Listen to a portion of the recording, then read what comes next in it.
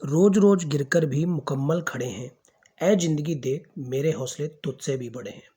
नमस्कार दोस्तों, मैं वैभव विवेकानंद स्टडी सेंटर के online platform success with VSC में आप सभी का तहे दिल से स्वागत करता हूं। आज है 2 जनवरी 2023। तो आज की क्या है इंपॉर्टेंट करंट अफेयर, अभी हम विस्तार से पढ़ेंगे। उम्मीद करता हूं आप सभी अच्छे होंगे, आपकी पढ़ाई भी बहुत ही अच्छी चल रही होगी। शुरू करेंगे आज की पहली और इम्पोर्टेंट न्यूज़ के साथ। तो आज की पहली और इम्पोर्टेंट न्यूज़ क्या है? तो पहली न्यूज़ है रेलवे बोर्ड से। क्या है न्यूज़, आइए ध्यान से समझते हैं। प्रधानमंत्री नरेंद्र मोदी की अध्यक्षता वाली कैबिनेट की नियुक्ति समिति ने रेलवे बोर्ड के नए चेयरमैन और सीईओ के रूप में अनिल कुमार लाहोटी की नियुक्ति को मंजूरी दे दी है। मौजूदा रेलवे बोर्ड के चेयरमैन और सीईओ अभी तक थे वीके त्रिपाठी, जिन्होंने 31 दिसंबर को अपना कार्यकाल पूरा किया है, और उनके बाद अनिल कुमार लाहोटी को बनाया गया है रेलवे बोर्ड का नया चेयरमैन। बात करें लाहोटी साहब की, तो 1984 के इंजीनियर बैच के भारतीय रेल सेवा के सदस्य भी हैं। सरकार द्वारा एकीकृत रेलवे सेवा भारतीय रेल प्रबंधन सेवा को अधिसूचित किए जाने के बाद रेलवे बोर्ड प्रमुख की यह पहली नियुक्ति है। उम्मीद करता हूं पहली न्यूज़ आज की आपको अच्छे से क्लियर हो गई होगी। क्या है न्यूज़? तो रेलवे बोर्ड के नए चेयरमैन और सीईओ बनाए गए हैं अनिल कुमार लाहोटी। 2 पॉइंट आपको याद रखने हैं। पहला पॉइंट, तो कौन बनाए गए हैं? तो बनाए गए अनिल कुमार लाहोटी। दूसरा पॉइंट, ये अभी तक कौन थे? तो ये थे वीके त्रिपाठी।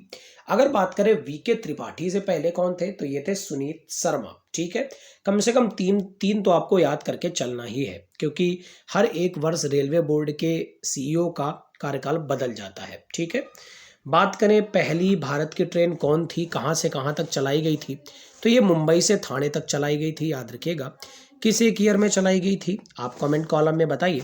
अब यहाँ पर अगर हम बात करें कि स्वतंत्र भारत का पहला कौन सा मंत्रालय था, तो आइए एक एक पॉइंट को जान लेते हैं। ये आपके लिए स्टैटिक जीके के कुछ पॉइंट हैं जो मैं लेकर आता हूँ।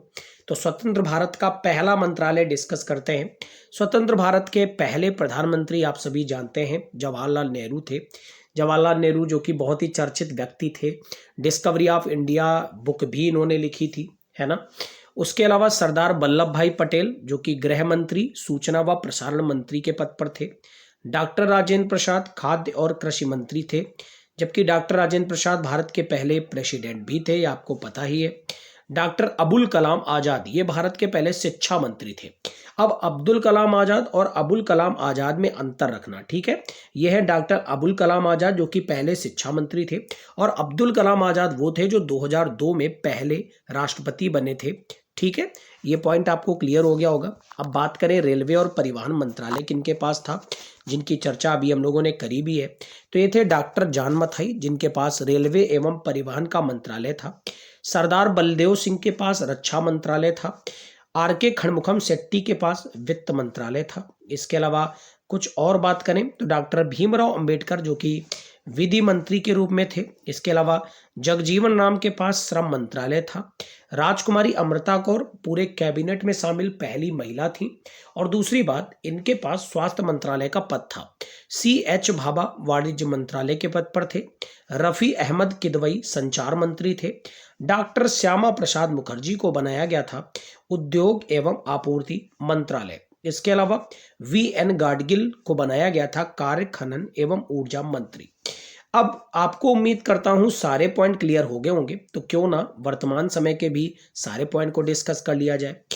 तो इस समय प्रधानमंत्री कौन है, तो आप सभी जानते हैं, माननीय नरेंद्र मोदी जी हैं। गृह मंत्री इस समय कौन है, तो ये इस समय अमित शाह जी हैं। खाद्य एवं कृषि मंत्री कौन है, राधा मोहन सिंह है। शिक्षा मंत्री कौन है, तो ये धर्मेंद्र प्रधान है। रेलवे परिवहन मंत्रालय किसके पास है, तो अश्विनी वैष्णव के पास है। रक्षा मंत्री कौन है, तो ये राजनाथ सिंह है। वित्त मंत्री इस समय कौन है, तो ये निर्मला सीतारमण जी हैं। इसके अलावा बाकी के जितने भी क्वेश्चंस हैं अब ये आपके लिए है, ठीक है। इतना तो आप कर ही सकते हैं ना।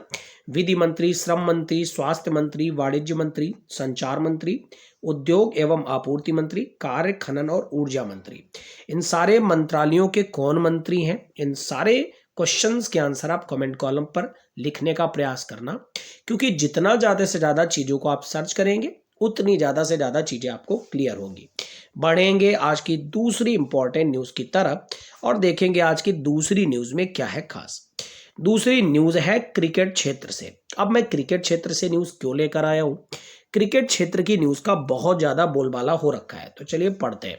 ऑस्ट्रेलिया के स्टार ओपनर खिलाड़ी हैं डेविड वार्नर। इन्होंने 100वें टेस्ट मैच में दोहरा शतक लगाकर दुनिया के दूसरे बल्लेबाज बन गए और इसके साथ ही वह इंग्लैंड के बल्लेबाज जो रूट के साथ एक विशेष क्लब में भी शामिल हो गए हैं। बात करें डेविड वार्नर की तो इन्होंने 100वें टेस्ट मैच में शतक लगाकर 10वें खिलाड़ी बन गए हैं और ये उपलब्धि हासिल करने वाले रिकी पॉन्टिंग के बाद दूसरे ऑस्ट्रेलियाई बल्लेबाज बन गए हैं जिन्होंने दोहरा शतक अपने 100वें मैच में लगाया है। और इसके अलावा 8000 टेस्ट रन भी उन्होंने पूरे किए हैं ऑस्ट्रेलियाई खिलाड़ी के रूप में और कुल 8वें ऐसे खिलाड़ी बन गए हैं। उम्मीद करता हूं न्यूज आपको अच्छे से समझ में आ गई होगी। क्रिकेट क्षेत्र की बात करें तो डेविड वार्नर बहुत ही जाने पहचाने चेहरे हैं। इसके अलावा क्रिकेट क्षेत्र की बात करें तो आपको याद होगा अभी 2-3 दिन पहले ही भारत के स्टार खिलाड़ी ऋषभ पंत का एक्सीडेंट हुआ था जिसमें उनको काफ़ी चोटें भी आई थी, आपको पता भी होगा। अगर इनको भी न्यूज़ में जोड़ें तो आपको पता है इस साल वर्ल्ड कप होना है T20 का, उसमें भी ऋषभ पंत हो सकता है ना खेलें। इसके अलावा IPL से तो उन्हें बाहर कर ही दिया गया है क्योंकि इतनी समस्याएं हैं तो वो कैसे खेल सकते हैं। ठीक है, तो ये न्यूज़ आप याद रखिएगा। कमेंट कॉलम में ये बताइए कि ऑस्ट्रेलिया के वर्तमान कप्तान कौन है क्रिकेट टीम के। ठीक है, इसके अलावा ये भी बताइए आप कि ऑस्ट्रेलिया की महिला क्रिकेट टीम की वर्तमान में कप्तान कौन है। ये न्यूज़ आपको समझ में आ गई होगी तो यहाँ मैं आपसे 1-2 पॉइंट पूछूंगा क्या बताऊंगा कौन से ऐसे खिलाड़ी हैं जिनको विश्व में सबसे ज़्यादा क्रिकेट में रन बनाने का रिकॉर्ड दर्ज है। तो यह है मास्टर ब्लास्टर सचिन तेंदुलकर जो कि अपने भारत के रत्न भी हैं। 2014 में सचिन तेंदुलकर को भारत रत्न मिला था और सबसे कम उम्र के युवा बने थे जिनको भारत रत्न से सम्मानित किया गया था। उम्मीद करता हूं ये सारे पॉइंट आपको अच्छे से समझ में आ गए होंगे। बढ़ते हैं अगली न्यूज़ की तरफ। अगली न्यूज़ है इंडियन आर्मी से। तो इंडियन आर्मी से क्या है न्यूज़, आइए विस्तार से एक एक पॉइंट को पढ़ेंगे। इंडियन आर्मी ने अहमदाबाद कैंट क्षेत्र में सैनिकों के लिए अपनी पहली 3D printed house dwelling unit का उद्घाटन किया है। इसका निर्माण मिलिट्री इंजीनियरिंग सर्विसेज ने MICOB प्राइवेट लिमिटेड के सहयोग से किया है। यह घर ग्रीन जोन मानकों और जोन 3 अर्थक्वेक मानक के आधार पर तैयार किया गया है। इसके निर्माण में नवीनतम 3D रैपिड कंस्ट्रक्शन टेक्नोलॉजी का उपयोग किया गया है। तो ये न्यूज़ आपके लिए बहुत ही ज़्यादा इंपॉर्टेंट है कि इंडियन आर्मी ने अहमदाबाद कैंट क्षेत्र में सैनिकों के लिए पहली 3D printed house dwelling unit का उद्घाटन किया है। इतना आप याद रखिएगा। और इस टाइप की इनोवेटिव न्यूज़ जो होती हैं आजकल एग्जाम में देखने को भी मिलती हैं। ठीक है, तो याद रखिएगा। अगर बात करें इंडियन आर्मी की तो क्या आप जानते हैं आर्मी डे, एयरफोर्स डे और नेवी डे कब कब मनाते हैं? चलिए मैं आपको बताता हूं, क्योंकि एक न्यूज़ से जुड़ी हुई मैं तमाम सारी बातें आपको बताता हूं जिससे आप अच्छे से क्लियर कर सके। बात करें आर्मी डे की तो 15 जनवरी को मनाते हैं। नेवी डे की बात करें तो 4 दिसंबर को मनाते हैं। इंडियन एयरफोर्स डे कब मनाते हैं तो 8 अक्टूबर को मनाते हैं। आर्मी प्रमुख, इसके अलावा आप ये बताइए आर्मी प्रमुख ही बताइए आप वर्तमान में कौन है। एयरफोर्स प्रमुख कौन है तो ये विवेक राम चौधरी हैं। नेवी चीफ कौन है तो ये R हरि कुमार है। तो जल्दी से बताइए आर्मी चीफ कौन है। इसके अलावा आपको पता होगा भारत में जितनी भी सेनाएं होती हैं इन सेनाओं का मुखिया होता है राष्ट्रपति और उन्हीं के बराबर से एक और पद बनाया गया है जिसका नाम होता है चीफ ऑफ डिफेंस स्टाफ यानी CDS।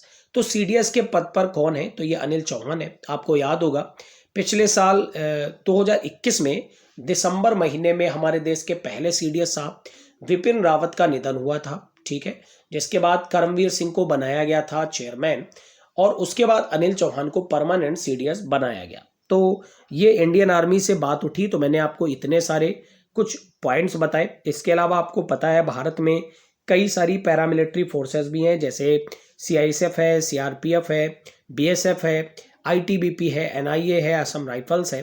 तो आप जितना ज़्यादा से ज़्यादा हो सके इन सारे पैरामिलिट्री फोर्सेस के कौन है महानिदेशक बताने का प्रयास करिए। हम लोग बढ़ेंगे आज की अगली न्यूज़ की तरफ और देखेंगे अगली न्यूज़ में क्या है खास। अगली न्यूज़ है स्टार्टअप फर्म माई प्लान 8 से। तो ये क्या है आइए जानते हैं। तो स्टार्टअप फर्म माई प्लान 8 ने हाल ही में लोगों को उनके कार्बन फुटप्रिंट के बारे में संवेदनशील बनाने और कार्बन एमिशन को कम करने में मदद के लिए एक एप्लीकेशन लॉन्च किया है। यह एप्लीकेशन लोगों के प्रतिदिन की एक्टिविटी के कारण उत्पन्न होने वाले कार्बन फुटप्रिंट को ट्रैक करेगा। इसके अलावा इसका लक्ष्य है माई प्लान 8 में 100 मिलियन लोगों को रजिस्टर करना। कार्बन फुटप्रिंट किसी व्यक्ति या ऑर्गेनाइजेशन द्वारा उत्पादित CO2 उत्सर्जन की कुल मात्रा को संदर्भित करता है। तो उम्मीद करता हूं आप समझ गए होंगे इस स्टार्टअप फर्म के बारे में। क्या नाम है इसका? इसका नाम है माई प्लान 8, जिसे लॉन्च किया गया है कार्बन फुटप्रिंट के बारे में संवेदनशील बनाने और कार्बन एमिशन को कम करने में मदद के लिए। तो इस टाइप की न्यूज़ आपके लिए बहुत ही ज़्यादा इंपॉर्टेंट होती है, याद रखिएगा इस पॉइंट को। अब यहाँ पर बात हुई है कार्बन की, तो क्या आपको पता है हमारे वायुमंडल में सबसे अधिक गैस कौन सी पाई जाती है? तो ये तो नाइट्रोजन होती है, लगभग 78% के आसपास होती है। उसके बाद ऑक्सीजन 21% के आसपास होती है और कुछ कार्बन की भी मात्रा होती है। कितनी कार्बन की मात्रा होती है, बस यही आप कमेंट कॉलम में बताइए, ठीक है। कार्बन डाइऑक्साइड की बात करें तो इसको CO2 बोलते हैं। इसके अलावा आप ये जानते हैं कि आवर्त सारणी में O यानी ऑक्सीजन का परमाणु क्रमांक क्या होता है और C यानी कार्बन का परमाणु क्रमांक क्या होता है? अगर आप जानते हैं तो कमेंट कॉलम में आंसर जरूर करिए। हम आपके एक एक आंसर को देखते हैं, तो आप सारे क्वेश्चंस के आंसर दिया करें। ज़्यादा से ज़्यादा क्वेश्चंस के आंसर देंगे तो आपको ज़्यादा से ज़्यादा चीज़ें तैयार होती जाएंगी, ठीक है। बढ़ते हैं आज की अगली न्यूज़ की तरफ। अगली न्यूज़ फिर से क्रिकेट से ही है। क्या है न्यूज़, आइए ध्यान से पढ़ते हैं। ICC men's T20 cricketer of the year 2022 के लिए भारत के बल्लेबाज सूर्य कुमार यादव को नॉमिनेट किया गया है।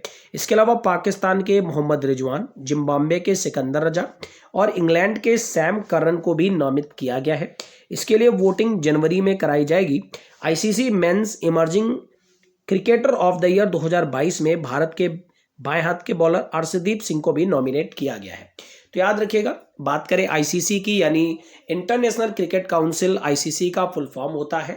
1909 में स्थापना होती है, दुबई में इसका हेडक्वार्टर है। वर्तमान में इसके अध्यक्ष न्यूजीलैंड से हैं ग्रेग बर्कले साहब। और ICC का काम होता है विश्व स्तर पर क्रिकेट को रेगुलेट करना। अब बात करते हैं कि भारतीय स्तर पर क्रिकेट को रेगुलेट करने का काम किसका है, तो ये BCCI का है, यानी board of cricketing control in India, जिसकी स्थापना 1928 के अंदर की जाती है और इसके वर्तमान में अध्यक्ष है रोजर बिन्नी साहब, ठीक है। तो न्यूज़ ये है ICC men's T20 cricketer of the year के रूप में इन लोगों को चुना गया है, जिसमें सूर्य कुमार यादव और अर्शदीप सिंह को भी नॉमिनेट किया गया है। इसके अलावा बात करें तो ICC द्वारा player month of the year दिया जाता है, यानी प्लेयर ऑफ द मंथ का अवार्ड दिया जाता है। नवंबर महीने के लिए अवार्ड विराट कोहली को दिया गया था। तो आप जानते हैं क्या सबसे पहली बार ये अवार्ड किसको दिया गया था और किस एक मंथ में शुरू किया गया था? अगर आप जानते हैं तो आप कमेंट कॉलम में आंसर जरूर दिया करें, ठीक है। बढ़ते हैं आज की अगली न्यूज़ की तरफ और देखते हैं क्या है खास। अगली न्यूज़ है सर्बिया से। सर्बिया के डाक विभाग ने हाल ही में भारत की स्वतंत्रता की 75वीं वर्षगांठ के सम्मान में एक विशेष डाक टिकट जारी किया है। सर्बिया के पहले उप प्रधानमंत्री और विदेश मंत्री की उपस्थिति में इसे जारी किया गया है। सर्बिया में भारतीय दूतावास ने एक ट्वीट के माध्यम से इस बात की जानकारी भी दी है।